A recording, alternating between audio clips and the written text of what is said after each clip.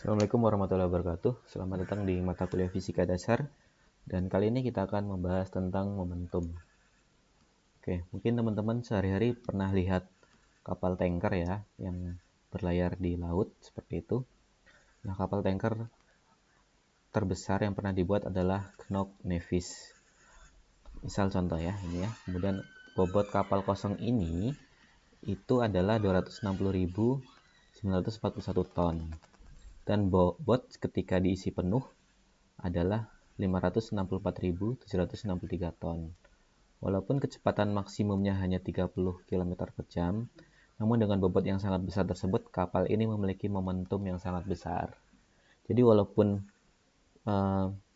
kapal tanker dengan seberat 500.000 ton sekian itu yang berlayar di laut hanya mempunyai kecepatan 30 km per jam, tetapi sesungguhnya kapal tersebut mempunyai momentum yang sangat besar, karena memang nanti momentum juga berpengaruh bagaimana massa, kemudian kecepatannya itu juga sangat berpengaruh.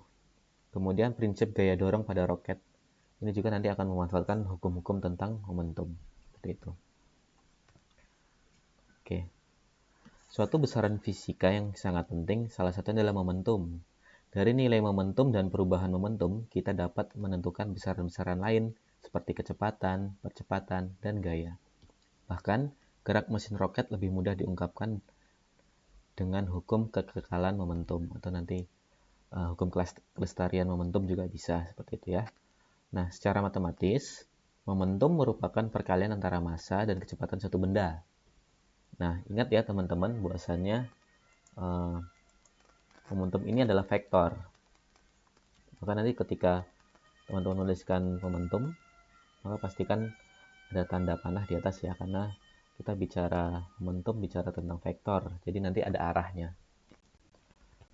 Momentum berpengaruh oleh massa, okay? Jadi semakin besar massa tersebut, beban tadi seperti kapal tanker, maka momentum juga akan semakin besar. Pun demikian dengan kecepatannya. Kecepatannya jika semakin besar, maka momentum juga nanti akan berpengaruh semakin besar. Nah, momentum ini memiliki satuan internasional yaitu kilogram meter per sekon. Tadi ya, dari massa ini kilogram, kemudian kecepatan ini meter per sekon. Seperti itu. Oke, misal contoh soal ya. Lokomotif diesel elektrik CC206 milik PT Kereta Api Indonesia merupakan lokomotif baru buatan General Electric Transportation Amerika Serikat. Lokomotif tersebut memiliki massa 90 ton dan dapat bergerak dengan laju maksimal 140 km per jam. Berapa momentum lokomotif tersebut saat bergerak pada laju maksimal dan dalam arah tenggara? Oke, ini ada arahnya ya. Arahnya itu arah tenggara. Seperti teman-teman lihat di gambar. Kalau arah tenggara nih, yang di garis merah nih ya, ini arah tenggara. Oke, maka vektor satuan dari arah tenggara adalah yang ke vektor X itu adalah I. Oke. Setengah. Sorry. Oke. Oke, 42. Kemudian yang Y itu adalah min J, sorry.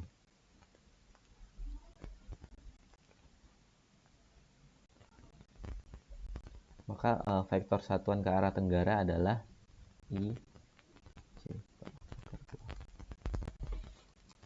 Laju lokomotif berapa teman-teman? 140 km per jam.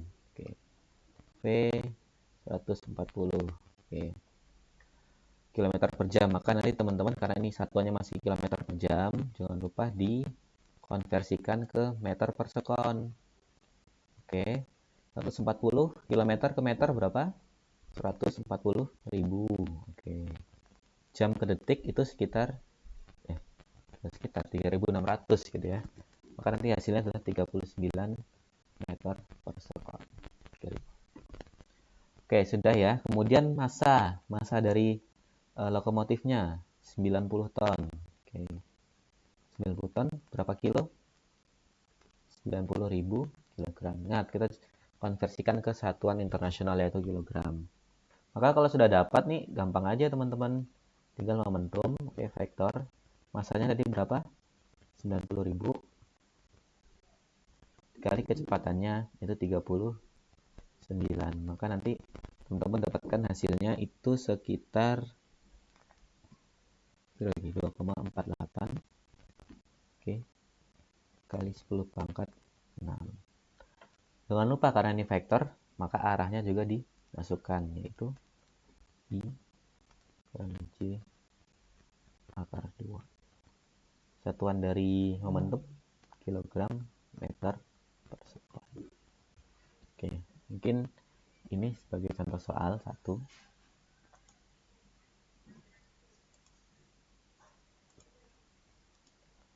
Oke, next. Momentum benda banyak. Oke. Sistem yang sering kita jumpai di kehidupan sehari-hari tidak terbatas pada satu benda saja. Justru lebih sering kita jumpai sistem yang terdiri dari banyak benda. Jika sistem yang kita amati disusun oleh sejumlah benda, maka momentum total sistem tersebut merupakan jumlah vektor dari momentum masing-masing benda. Penjumlahan harus dilakukan secara vektor karena momentum merupakan besaran vektor. Nah, jika semua benda di atas dipandang sebagai sebuah sistem, maka momentum total sistem memenuhi sebagai berikut. Oke. Maka nanti yang karena dalam kehidupan sehari-hari kita sering melihat benda itu bergerak nggak cuma di satu sumbu seperti itu ya, bisa berjalan di sumbu X, di sumbu Y, ataupun di sumbu Z ya, 3 dimensi seperti itu. Maka nanti momentumnya dipilah mana yang berada di sumbu X, mana di sumbu Y, dan mana di sumbu Z. Misal contoh nih teman-teman ya, benda yang bermasa masing-masing 5 kg dan 6 kg bergerak dengan kecepatan 4i plus 2j meter per sekon dan min 2i plus 3j meter per sekon. Berapa momentum total 2 partikel tersebut? Oke, berarti momentum total yang ditanya berarti momentum 1 ditambah momentum 2. Artinya momentum di benda 1 nanti akan dijumlahkan dengan momentum benda 2. Kita pakai rumus yang tadi teman-teman, yaitu P sama dengan M kali V. Oke, dimana ingat ya, ini karena vektor jadi harus dikalikan dulu sama sistem satuan vektor satuannya. Oke.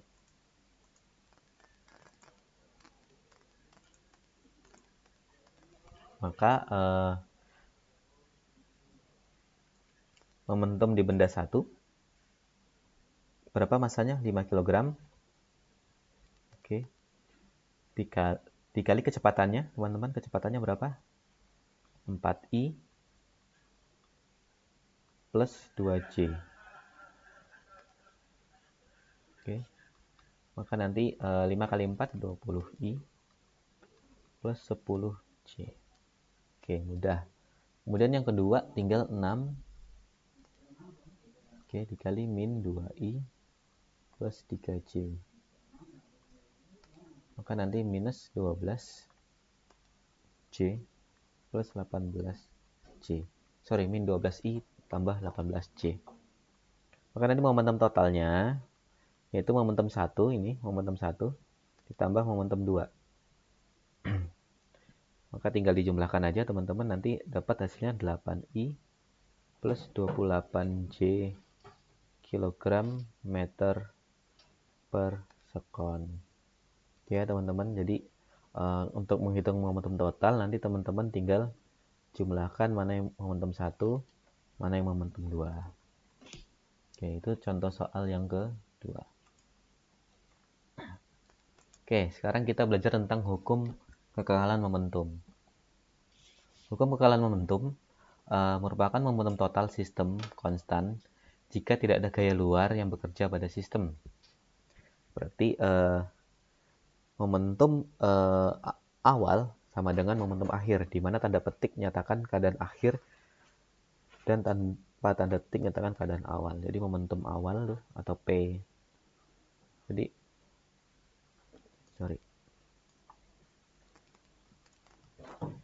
momentum total awal ya, itu sama dengan momentum total akhir, atau nanti disimbolkan dengan tanda adsen di atas ya, tanda adsen di atas nih, itu momentum total keadaan akhir. Misal ada contoh soal lagi nih, sebuah benda bermassa 1 kg melakukan tumbukan berhadap-hadapan dengan benda lain yang bermassa 8 kg. Setelah tumbukan kedua tersebut, benda bersatu. Oke. Jadi ada dua benda nih bertumbukan, tapi ternyata bendanya kemudian bersatu. Jadi nanti ketika dia tumbukan, satu benda akan mengikuti benda yang lain. Laju benda pertama sebelum tumbukan adalah 20 meter per sekon. Dan laju benda kedua sebelum tumbukan adalah 5 meter per sekon. Tentukan laju gabungan benda setelah tumbukan. Jadi yang ditanya adalah ketika dua benda ini bertumbukan, berapa kecepatan benda setelah terjadi tumbukan? Yaitu tadi kedua benda tersebut bersatu ya ketika ditumbukan, kemudian mengikuti satu arah bendanya. Maka kita bisa pilih mana keadaan benda awal dan mana benda keadaan akhir, atau nanti momentum benda di keadaan awal dan momentum benda di keadaan akhir. Kita tinjau dulu dari momentum benda pertama sebelum tumbukan. Oke. Jadi ini kita pisahkan dulu sebelum tumbukan ya, atau P biasa nanti, P total, yaitu P1 ditambah P2. Nggak pakai adsen karena ini benda sebelum tumbukan. Tinggal dikalikan aja, semua diketahui. 20. Kemudian yang satu adalah minus 40. Oke, lanjut. Maka nanti hasilnya adalah teman-teman dapatkan 20 dikurang 40 adalah minus 20 kilogram meter per sekon. Nah, sekarang kita tinjau teman-teman bagaimana momentum total setelah tumbukan. Oke. Ini kan sebelum tumbukan nih, minus 20. Bagaimana setelah tumbukannya? Nah, ini masih jadi pertanyaan dong, yaitu P adsen sama dengan M1. Karena bersatu ya teman-teman ya, berarti kecepatannya apa? Kecepatannya sama. Jadi dua benda bertumbukan menjadi satu, berarti dia mempunyai kecepatan yang sama, karena mereka berdua, benda tersebut menjadi satu. Atau nanti, kita tulis aja ya.